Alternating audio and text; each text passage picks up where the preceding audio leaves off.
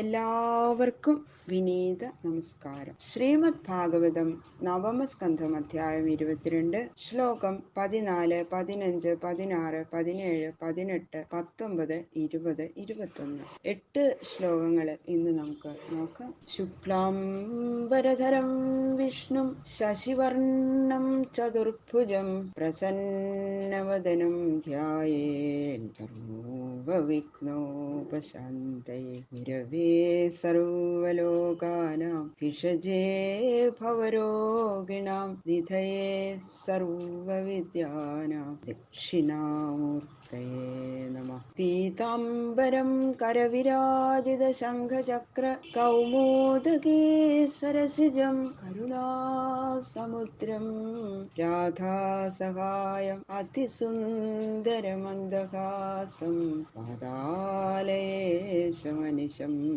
ഹൃദി ഭാവയാമി. ശ്രീ ഗുരുവായൂരപ്പ ശരണം. ഗംഗണപതയേ നമഃ. സംസരസ്വത്യൈ നമഃ. ഗുരുഭ്യോ നമഃ. ഓം നമോ ഭഗവതേ വാസുദേവായ. ശ്ലോകം 14. ശാന്തിമാപ്നോതി ജൈവാഗ്ര്യാ കർമ്മണാ തേന ശന്തനു സ്വമാസ്ദ്വാദശ തദ്രാജ്യേ നവവർഷ യഥാ വിഭൂ. തേന കർമ്മണ, ആ കർമ്മത്താൽ അഗ്രാം ശാന്തിം, ഉത്കൃഷ്ടയായ ശാന്തിയെ ആപ്നോതി പ്രാപിക്കുന്നു. ദ്വാദശ സമഹ 12 വർഷം വിഭു ഇന്ദ്രൻ തദ് രാജ്യേ അദ്ദേഹത്തിന്റെ രാജ്യത്തിൽ നവവർഷ വർഷിച്ചില്ല. തന്റെ കരസ്പർശം കൊണ്ട് തന്നെ ജരാനര ബാധിച്ച ആ ശരീരം, ആരുടെ ശരീരമാണ് അവിടെ കൈകൾ കൊണ്ട് സ്പർശിക്കുന്നത്? അങ്ങനെയുള്ള പുരുഷൻ യൗവനം പ്രാപിക്കും, ആ ശരീരത്തിന് ആരോഗ്യം സിദ്ധിക്കും. അങ്ങനെയാണ്, അതുകൊണ്ടാണ് ശന്തനു എന്ന പേര് അദ്ദേഹത്തിന് ഉണ്ടായത്. ശം സുഖം വർദ്ധിപ്പിക്കുന്നു, തനുവിന് ശം വർദ്ധിപ്പിക്കുന്നത് കൊണ്ട് ശന്തനു. പക്ഷേ ആ ശന്തനു മഹാരാജാവിന്റെ രാജ്യത്തില് 12 വർഷം മഴ പെയ്തില്ല. വർഷാധിപനായ ദേവൻ ഇന്ദ്രൻ 12 വർഷം മഴ പെയ്ച്ചില്ല എന്ന് പറയണം. ശന്തനുർ ബ്രാഹ്മണൈ ഉക്ത പരിവേത്തായമഗ്രഭുക് രാജ്യം ദേഹി അഗ്രജായാശു പുരരാഷ്ട്രവിവൃദ്ധൈ. അഗ്രഭുക്ക് അയം, അഗ്രജനിരിക്കെ ഭുജിക്കുന്നവൻ. പരിവേത്ത, പരിവേത്താവാകുന്നു. പുരരാഷ്ട്രവിവൃദ്ധയെ, പുരത്തിന്റെയും രാഷ്ട്രത്തിന്റെയും വിശേഷ അഭിവൃദ്ധിക്കായിക്കൊണ്ട് അഗ്രജായ, ജ്യേഷ്ഠനായിക്കൊണ്ട് ആശു രാജ്യം ദേഹി, വേഗത്തിൽ രാജ്യത്തെ നൽകിയാലും എന്ന് ബ്രാഹ്മണെ, ബ്രാഹ്മണരാൽ ശന്തനു ഉക്ത, ശന്തനു പറയപ്പെട്ടു. അപ്പോ എന്താ അങ്ങനെ എന്റെ രാജ്യത്തിലെ വർഷം ഇല്ലാതിരിക്കുന്നത്, എന്താ അങ്ങനെ മഴ പെയ്യാത്തത് എന്ന കാരണം ബ്രാഹ്മണരോട് ചോദിച്ചു ശന്തനു മഹാരാജാവ്. അപ്പൊ പറഞ്ഞു, അങ്ങ് ജ്യേഷ്ഠനിരിക്കയല്ലേ ഭരണാധികാരിയായത്, അതുകൊണ്ട് ജ്യേഷ്ഠനിരിക്കെ യാതൊരുവൻ രാജ്യം പരിപാലിക്കുന്നുവോ അങ്ങനെയുള്ളവരെ പരിവേത്താവ് എന്ന് പറയുന്നു. ആ ദോഷം കൊണ്ടാണ് മഴ പെയ്യാത്തത്. അതുകൊണ്ട് അങ്ങ് ഒരു കാര്യം ചെയ്യും, അങ്ങയുടെ ഈ രാജ്യവും പട്ടണവും അഭിവൃദ്ധി വരുത്താൻ വേണ്ടിയിട്ട് വേഗം തന്നെ രാജ്യത്തെ ജ്യേഷ്ഠന് നൽകും, അതാണ് ധർമ്മം എന്ന് പറഞ്ഞു. അപ്പൊ അത് സ്മൃതിയില് ഇത് പറയുന്നുണ്ട്. ജ്യേഷ്ഠനിരിക്കെ യാതൊരുവൻ ഭാര്യ സ്വീകാര്യം ചെയ്യോ അഗ്നിഹോത്രം നടത്തുകയോ ഒക്കെ ചെയ്യണ്ടോ, അത് പരിവേത്ത, അങ്ങനെയുള്ള ആള് പരിവേത്താവ് എന്നറിയപ്പെടുന്നു. ഇതാണ് ശ്രുതിയിൽ പറയുന്ന ശ്ലോകം. ധാരാഗ്നിഹോത്ര സംയോഗം കുരുതേയോ അഗ്രജേ സ്ഥിതേ പരിവേത്താ സവിജ്ഞേയ പരിവിത്തിസ്തു പൂർവജ.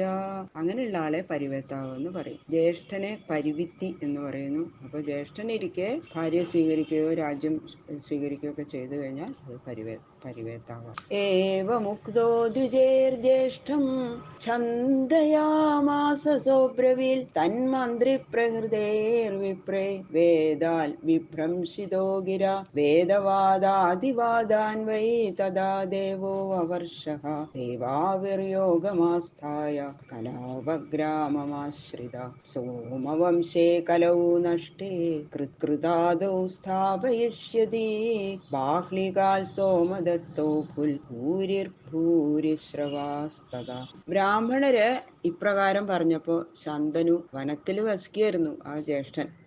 ആ ജ്യേഷ്ഠന്റെ അരികത്ത് ചെന്നു, ക്ഷത്രിയനായ അങ്ങയുടെ ധർമ്മം രാജ്യപരിപാലനമാണ്, അതുകൊണ്ട് എന്നിൽ നിന്ന് രാജ്യം ഏറ്റുവാങ്ങി പരിപാലിക്കണേ എന്ന് അപേക്ഷിച്ചു. അപ്പൊ ഈ ശന്തനുവിന്റെ മന്ത്രി വേറൊരു സൂത്രം ചെയ്തിട്ടുണ്ടായിരുന്നു. ശന്തനു അറിയാതെ ആ മന്ത്രിയായിട്ടുള്ള അശ്മരാവൻ കുറെ ബ്രാഹ്മണരെ ദേവാവിയുടെ അടുത്തേക്ക് അയച്ചു. എന്നിട്ട് അദ്ദേഹത്തിന് വേദത്തിൽ വിശ്വാസമില്ലാതെ ആക്കി തീർത്തു. അപ്പൊ ഈ വേദത്തിൽ വിശ്വാസമില്ലാത്ത പാഷണ്ഡന്മാരാന്ന് പറയാം. അങ്ങനെ പാഷണ്ഡനായി കഴിഞ്ഞാൽ പിന്നെ രാജ്യം പരിപാലിക്കാൻ അർഹനല്ല. അതിനു വേണ്ടിയിട്ട് ഈ മന്ത്രി ചെയ്ത ബുദ്ധിയാണത്. അങ്ങനെ വരുത്തണമെന്നായിരുന്നു ആ അശ്മരാവ മന്ത്രിയുടെ ഉദ്ദേശം. അപ്പൊ ശന്തനു പക്ഷെ ഇതൊന്നും അറിഞ്ഞില്ല. അപ്പൊ എന്തായി? ശന്തനു ചെയ്ത അപേക്ഷയ്ക്ക് മറുപടി പറയുന്ന കൂട്ടത്തിലെ വേദവാദങ്ങളെയൊക്കെ അധിക്ഷേപിച്ചു ഈ വാതാപി ജ്യേഷ്ഠൻ. അപ്പോ വേദനിന്ദ നിമിത്തം പാഖണ്ഡനായ ദേവാപി രാജ്യാർഹനല്ലെന്നും അങ്ങോട്ട് വിധിച്ചു എല്ലാവരും. അപ്പൊ അതുകൊണ്ട് എന്താ? ശന്തനുവിന്റെ ദോഷം തീർന്നു. പിന്നെ രാജ്യത്തില് വൃഷ്ടിയൊക്കെ ഉണ്ടായി. ദേവാപി യോഗമഹിമ കൊണ്ട് ശരീരം നശിപ്പിക്കാതെ ആ കലാപഗ്രാമത്തില് വസിക്കുകയാണ്. ഇപ്പോഴും അദ്ദേഹം കലാപഗ്രാമത്തിൽ വസിക്കുന്നു. കലിയുഗത്തില് ചന്ദ്രവംശം നശിക്കുമ്പോ കൃതയുഗത്തിന്റെ ആരംഭത്തില് ദേവാപി ചന്ദ്രവംശത്തെ ജനിപ്പിക്കും എന്ന് പറയുന്നു. പിന്നെ ബാഹ്ലീകന്റെ പുത്രനായിട്ട് സോമദത്തൻ ഉണ്ടായി. സോമദത്തിന് ഭൂരിശ്രവസ്, ശലൻ എന്ന 3 പുത്രന്മാരുണ്ടായി. അടുത്ത ശ്ലോകത്തിൽ ഈ ശലനെ പറ്റിയിട്ട് പറയണം. ശലശ്ച ശന്തനോ രാസിൽ ഗംഗായാം ഭീഷ്മാത്മവാൻ സർവധർമ്മവിദാം ശ്രേഷ്ഠോ മഹാഭാഗവത കവി വീരയുധാ അഗ്രണീറിയേന രാമോപി യുധിതോഷിത. ശന്തനുവിന് ഗംഗയിൽ ആത്മവാൻ ആത്മജ്ഞാനിയും സർവധർമ്മവിദാം ശ്രേഷ്ഠ സർവങ്ങളായ ധർമ്മങ്ങളെ അറിയുന്നവര് ശ്രേഷ്ഠനും മഹാഭാഗവത മഹാനായ ഭഗവത് ഭക്തനും വീരയൂഥാഗ്രണി വീരന്മാരുടെ സംഘത്തിൽ മുമ്പനും കവിഞ്ഞു കാണുന്നവനുമായ ഭീഷ്മര് ആസീത് ഉണ്ടായി. ഏന യാതൊരുവനാൽ യുദ്ധത്തിൽ രാമ അഭി പരശുരാമൻ കൂടി തോഷിത സന്തോഷിപ്പിക്കപ്പെട്ടു. ശന്തനുവിന് ഗംഗാദേവിയിൽ ആത്മജ്ഞാനിയായ ഒരു പുത്രനുണ്ടായി. ആ പുത്രനാണ് ഭീഷ്മർ എന്ന പ്രസിദ്ധനായിട്ടുള്ള ഭീഷ്മ പിതാമഹൻ. അദ്ദേഹം സർവധർമ്മജ്ഞന്മാരിൽ വെച്ച് ശ്രേഷ്ഠനും മഹാഭക്തനും കവിയും വീരപുരുഷന്മാരുടെ സംഘത്തിലെ അഗ്രഗണ്യനുമാണ്. ആ ഭീഷ്മര് പരശുരാമനെ കൂടി യുദ്ധത്തില് സന്തോഷിപ്പിച്ചിട്ടുണ്ട്. അത്രയും മഹാത്മാവാണ് ഭീഷ്മര്. ശന്തനോർദാശകന്യായാം യജ്ഞേ ചിത്രാംഗദസ്തുത വിചിത്രവീര്യശ്ചാവരജോ നാംനാ ചിത്രാംഗതോ ഹത.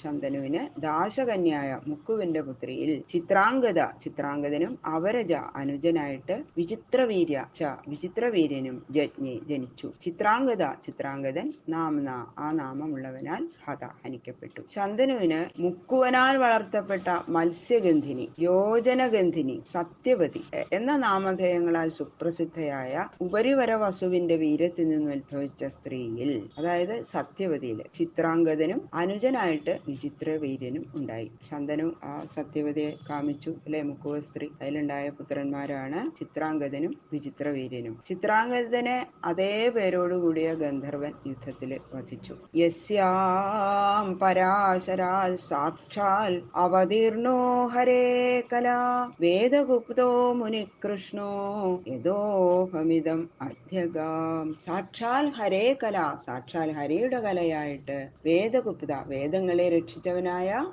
കൃഷ്ണമുനി, കൃഷ്ണൻ എന്ന മുനി അവതരിച്ചു. യഥാ യാതൊരുവനിൽ നിന്ന് അഹം ഇതം അധ്യകം, ഞാൻ ഇതിനെ അധ്യമിച്ചു. ശ്രീശുഖബ്രഹ്മർഷി പറയണു, സത്യവതിയുടെ യോഗ്യത അദ്ദേഹം ആദ്യം തന്നെ സൂചിപ്പിക്കും. ശ്രീശുഖബ്രഹ്മർഷി പറയാണ്, ശന്തനു മഹാരാജാവ് പരിഗ്രഹിക്കുന്നതിന് മുമ്പ് തന്നെ പരാശര മുനിയിൽ നിന്ന് സത്യവതിയിൽ സാക്ഷാൽ ശ്രീഹരിയുടെ അംശമായിട്ട് കൃഷ്ണദ്വൈപായനൻ എന്ന സുപ്രസിദ്ധനും വേദങ്ങളെ വിഭജിച്ച ലോകത്തിൽ പ്രചരിപ്പിച്ചവനുമായ വേദവ്യാസ മുനി അവതരിച്ചു. ആദ്യം തന്നെ സത്യവതിക്ക് വേദവ്യാസൻ എന്നുള്ള പുത്രൻ ജനിച്ചിട്ടുണ്ടായിരുന്നു, ശന്തനു മഹാരാജാവ് സ്വീകരിക്കുന്നതിന് മുമ്പ്. അങ്ങനെയുള്ള ആ മഹാത്മാവായ എന്റെ പിതാവിൽ നിന്നാണ് മഹാരാജാവെ ഞാൻ ഈ ഭാഗവത സംഹിത അഭ്യസിച്ചത് എന്ന് ശ്രീശുഖ ബ്രഹ്മർഷി പരീക്ഷിത് മഹാരാജാവിനോട് പറയുന്നു. ബാക്കിയുള്ള ശ്ലോകങ്ങള് നമുക്ക് നാളെ നോക്കാം. സർവത്ര ഗോവിന്ദ നാമ സങ്കീർത്തനം, ഗോവിന്ദ ഗോവിന്ദ ഗോവിന്ദ.